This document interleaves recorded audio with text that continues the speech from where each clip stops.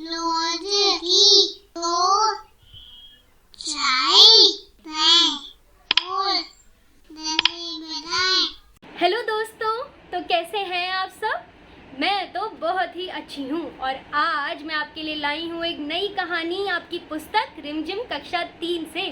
और वह कहानी एक लोक कथा है। लोक कथा क्या होती है? लोक कथाएं वह कथाएं होती हैं जो पूर्वजों से हमें सुनाई जाती हैं और पीढ़ी दर पीढ़ी चलती चली आती हैं। तो आज जो हम कहानी पढ़ने वाले हैं आपकी पुस्तक से, वह भी एक लोक कथा है। और वह कहाँ की लोक कथा है? वह पंजाब की लोक कथा है और उस कहानी का शीर्षक है बहादुर बिट्टो। चलो देखते हैं कौन है बिट्टो और वो उसे बहादुर क्यों कहा गया है। कुछ तो ऐसा काम किया ही होगा ना उसने जिसकी वजह से उसे बहादुर का खिताब मिल गया। तो चलिए सुनते हैं इस कहानी को। तो चलिए शुरू करते हैं कहानी बहादुर बिट्टो। तो बहुत पुराने समय की बात है, एक किसान था। किसान भागा भागा अपने घर आया और वहाँ बैठी थी उसकी बीवी जिसका नाम था बिट्टो। उसने बिट्टो से कहा, बिट्टो तुझे मालूम है आज क्या हुआ? आज जब मैं हल चला रहा था तब शेर मेरे पास आया और उसने मुझसे कहा, किसान किसान मुझे अपना बैल दे दे वरना मैं तुझे खा जाऊंगा। बिट्टो ने अपने पति को देखा और पूछा, तूने क्या कहा फिर उससे? किसान ने जवाब दिया बिट्टो को कि मैंने शेर से कहा कि तू यहीं रुक, मैं घर से अपनी गाय लेकर आता हूँ, क्योंकि अगर तूने हमारी बैल खा ली तो हम खाना क्या खाएंगे। यह बात सुनकर बिट्टो को बहुत गुस्सा आया। उसने कहा, गाय को, हमारे घर की गाय को उस शेर को खिलाते हुए तुझे शर्म नहीं आती है? अगर गाय चली गई तो दूध कहाँ से आएगा, लस्सी कहाँ से आएगी, बच्चे रोटी किसके साथ खाएंगे, क्या भूखे मरेंगे क्या हम सब? ये क्या करके आया है तू? किसान परेशान हो गया। तो बिट्टो को एक तरकीब सूझी।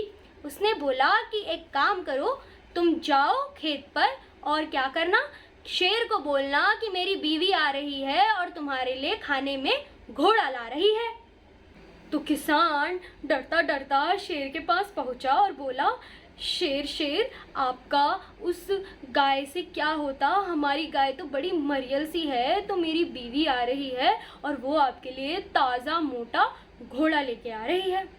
तो शेर ने सोचा, चलो ठीक है, मेरा ही काम अच्छा हो गया ये तो इतने में बिट्टो अपने घोड़े पे सवार होके आ रही थी और उसके सर पे इतना बड़ी पगड़ी थी। उसने अपने सर पे एक पगड़ बांध के रखा हुआ था। वह जैसे ही वहां पहुंची उसने बोला, ए किसान, ये क्या देख रही हूं मैं? तूने मेरे खाने के लिए सिर्फ एक ही शेर रखा हुआ है? पहले तो तूने मुझे कहा था कि तेरे पास 4 शेर हैं। आज तूने 4 शेरों का बंदोबस्त किया हुआ है, पर जब मैं यहाँ पहुंची तब तू कह रहा है कि एक ही शेर खाऊंगी मैं। चलो कोई बात नहीं, नाश्ते में एक ही शेर सही। इतना सुनते ही शेर भाग खड़ा हुआ और बिट्टो ने किसान से कहा, देखा, इसे कहते हैं हिम्मत।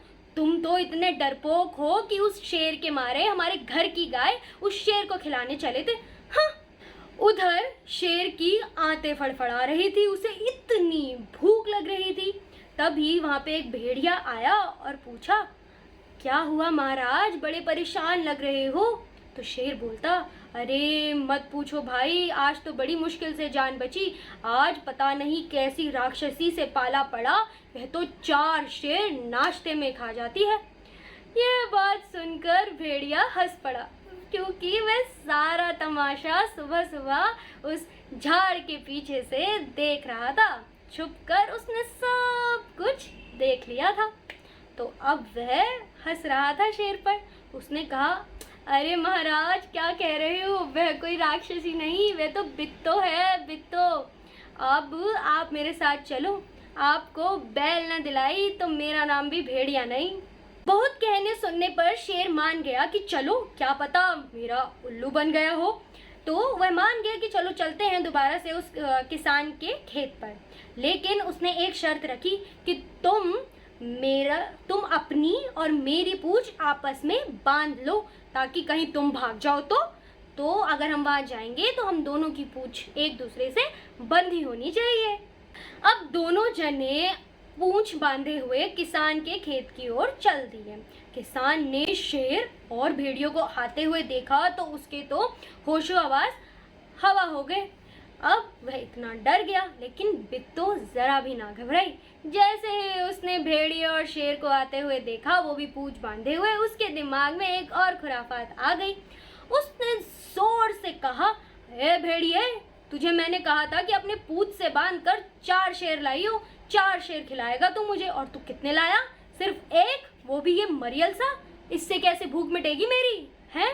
चलो अभी कुछ तो मिले, यही शेर खा लेती हूँ मैं। यह कहते ही बिट्टो आगे बढ़ी।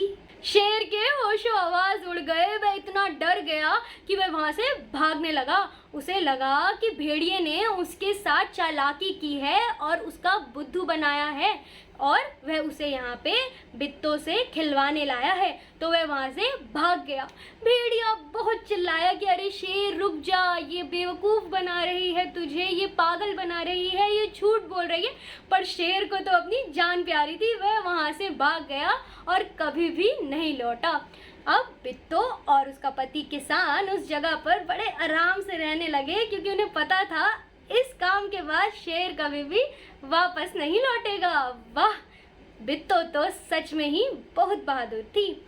अब आप मुझे कोई एक ऐसा काम बताइए जहां आपने बहादुरी दिखाई हो, ठीक है? तो अब इन प्रश्नों पर थोड़ा ध्यान देते हैं।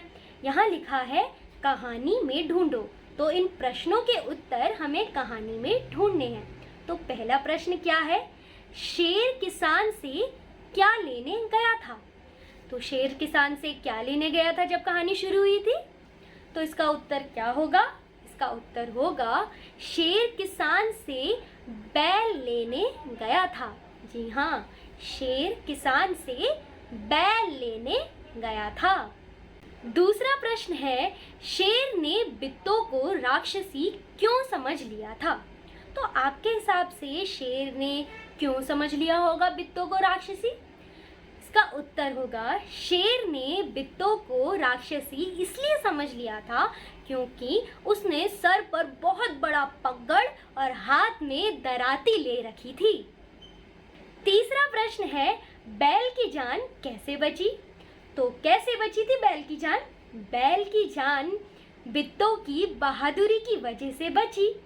उसने अपने आप को राक्षसी की तरह दर्शाया और शेर को डराकर भगा दिया। तो यह थे 3 प्रश्न और उनके उत्तर। अब हमने ये बात की थी कि ये एक लोक कथा है, यानी कि एक ऐसी कथा जो पीढ़ियों दर पीढ़ियों से सुनाई जा रही है। अब आप भी अपने घर के बड़े बुजुर्गों से बात कीजिए और पता कीजिए क्या आपके वहाँ की, आपके क्षेत्र की कोई ऐसी कथा है जिसे लोक कथा कहते हैं, या कोई ऐसी कथा जो पीढ़ी दर पीढ़ी आपके घरों में सुनाई जाती है। अगर ऐसी कोई कथा है तो उसे सुनिए और उसका आनंद लीजिए। मिलते हैं अगली बार।